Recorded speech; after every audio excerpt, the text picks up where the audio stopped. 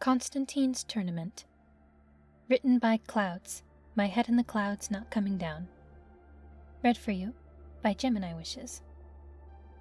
Summary. John Constantine is far from the first person to try to worm his way out of consequences by selling his soul to multiple entities. Too bad he doesn't figure that out until he sells his soul to a random teenager. Chapter 1. Souls. Papers and notes were scattered across the manor's dining room table, and if any of his brothers had walked in, it would have looked like Tim was working on a case. Of course, that was only true if it wasn't for the fact that his classmate, his very civilian classmate, was sitting across from him puzzling over the same literature passages. It wasn't that Danny was a security risk or anything. He was a completely normal kid. But it just felt odd to have someone sitting at the table that wasn't a vigilante or vigilante adjacent. Bruce, however, had insisted that Tim invite his classmate over as soon as he'd heard about the group project that they'd been assigned.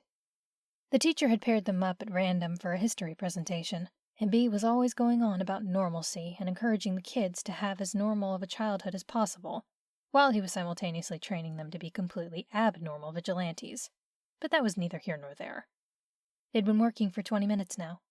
Alfred had kept them well supplied with snacks, and at some point, Bruce had taken up residence in the chair at the end of the table and was starting to read a newspaper that Tim was 90% sure was hiding a case file.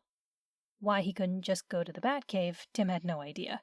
But hey, it wasn't out of character for B to need to butt into every aspect of his kids' lives, so he really shouldn't have expected any different.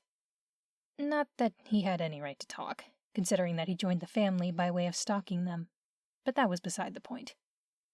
They had just finished outlining their report when the door to the dining room banged open and John Constantine, of all people, strode into the room, Alfred hot on his heels. "Master Bruce." Alfred had a twinkle in his eye. "You have a visitor." Bruce sighed and put down his newspaper. "Hello, John." "B, I'll cut right to the chase. Things are bloody terrible, and we might be looking at the end of the world soon enough. But then again, you know I wouldn't be in your city asking for help if— "Perhaps it would be better if you gentlemen took this conversation to the study," Alfred interrupted, glancing pointedly in Danny's direction. Constantine followed his gaze and groaned. "Fucking hell, Bruce. Another one? How many is this now?" "He isn't mine," Bruce said dryly. "He's just Tim's classmate from school." "Are you sure?" Constantine raised an eyebrow. "He sure looks like one of your brood." Tim held back a snicker as Bruce dragged his hand down his face in exasperation. "Constantine." Danny's head snapped up. "Wait, you're John Constantine?" "That's my name, kid. Don't wear it out." Constantine rolled his eyes. "Now, Bruce, I'd like to buy your soul." The room went silent, and everyone turned to stare at Danny, who had the widest grin that Tim had ever seen. Constantine just raised an eyebrow. "What?" "I would like to buy your soul," Danny repeated pleasantly. "How much?" "Oh, you're joking," Constantine snorted. "Fine. More than a kid like you could afford anyway, that's for sure. Now, back to the problem." "I wouldn't be so sure," Danny interrupted again. "Try me." Constantine's fingers twitched like he was about to reach for a cigarette, and Tim was 100% sure he would already have one in his mouth if it wasn't for the fact that Alfred was scarier than Batman. "Look, kid, I get it. Kids these days are always meddling with things they don't understand. But I actually did come here for a reason, and I'd like to get to it, so if you'll excuse me—" "What do you need?" Danny asked. He'd stood up while Constantine was talking and was subtly bouncing up and down like an overexcited toddler. "Whatever it is that makes you so desperate that you'd come to Brucey Wayne for help, I can get it for you. Probably. But if I can, may I have your soul?" Bruce was looking between Danny and Constantine suspiciously. "John." "Fucking fine. I don't have time for this." Constantine threw his hands up in the air. "If you can get me the shield that was forged by a wizard in the 3rd century that's capable of blocking any curse, then sure, you can have my goddamn soul. Deal?" Danny grinned again and shook Constantine's hand. "Deal." "Fucking kids." Constantine grumbled a few other choice words as he hurried out of the study. Bruce gave Danny one last curious look before following suit. As for Danny himself, he sat down at the table and grabbed his pencil like nothing had happened. "Okay, so I think we should start with this bullet point here." Tim shook his head and tried to follow along. He didn't know Danny very well, but he knew that several of his siblings would have done the same song and dance to get on Constantine's nerves, especially Dick. Dick would have joked about buying Constantine's soul in a heartbeat. He and Danny would get along great. So yeah, Constantine was probably right, and it was just a joke with really bad timing. He could always look into it later. But for now, they had a history project to complete. Bruce was in that odd state of not quite awake and not quite asleep. He would still be sitting at the back computer if Alfred hadn't put his foot down at 3 a.m. He'd been talking to Constantine and calling in the rest of the League until at least midnight, trying to come up with a plan to save the universe from the plans from the latest magical threat. Constantine hated asking for help, which meant that whenever he did show up on Bruce's doorstep, it was almost always a world-ending threat. Even Constantine's plan with the shield and all the League's heavy hitters was already a Hail Mary, considering he'd already tried everything else. The shield, however, was lost to time and would take weeks, if not months, to track down. And that wasn't even considering how they were going to take it from the magical guardian that Constantine's books described. Luckily, Constantine had managed to buy them some time, but even with the entire League behind them, Bruce wasn't sure he had enough time. He was so busy with the case that he hadn't even had time to look into Tim's classmate and how he knew enough about John Constantine to even know to make the joke about buying his soul. His phone ringing cut through the fog of his racing thoughts, and Bruce groaned as he checked the time. 4 a.m. 2 hours of sleep. Tim would be proud. The call was from the burner that he'd insisted Constantine take last night in case he found any updates on the case. And considering that it had only been a few hours, whatever news he was calling to share couldn't possibly be good. Bruce took a deep breath and let it out slowly before answering the call. John, what do you have to report? How much do you know about Tim's classmate? Constantine's voice sounded almost worried, which set off dull alarm bells in Bruce's head. Not much. Bruce sat up, suddenly a lot more awake. He was just over for a group project. Why? Do you think he's in danger? There was an almost hysterical edge to Constantine's laugh. He might be the danger. I woke up this morning to the shield we need sitting nice and pretty on my kitchen table, and I would very much like to know what exactly I just sold my soul to. Chapter 2. Consequences. After Constantine had called Bruce in a panic, they had spent the rest of the early morning desperately researching Danny, only to come up with nothing.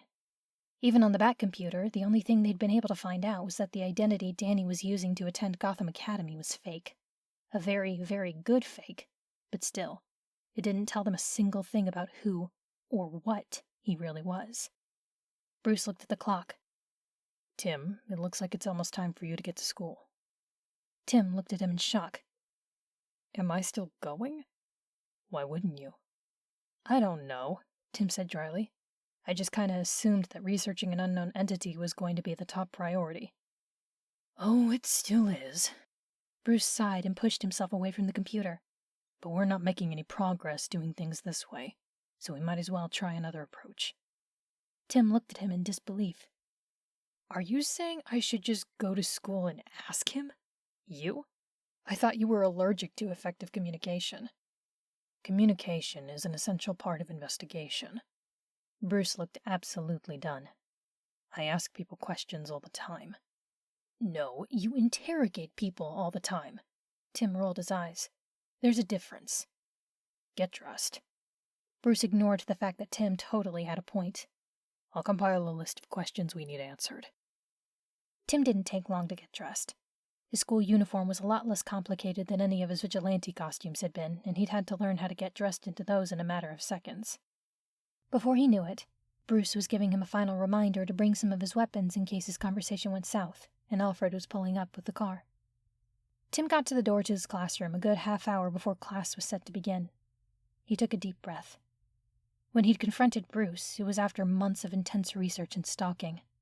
Comparatively, a few hours of searching that turned up almost nothing was nerve-wracking. He had absolutely no idea what he was walking into. He pushed open the door to find Danny already sitting at one of the desks in the back of the room. He looked up as Tim walked in, waving him over with a smile. Tim hesitated for only half a second before stepping into the room. He'd been one of the Robins. He could do a simple conversation. Damn, Bruce was starting to rub off on him. Tim walked over and stood awkwardly at the desk beside Danny, never taking his eyes off the unknown threat. Was he a threat? He hadn't done anything to actively hurt anyone, as far as they knew, and in fact, he'd even gotten the artifact that the League needed in order to save the world. Sure, it had been at the cost of Constantine's soul, but Constantine had technically agreed to it. Tim needed to stop getting distracted and focus on the list that B had given him. Danny? Tim bit the bullet. I have a lot of questions. Yeah, I figured. Danny turned to look at him. You bats and birds are always too curious for your own good. Tim froze. What? That made Danny laugh.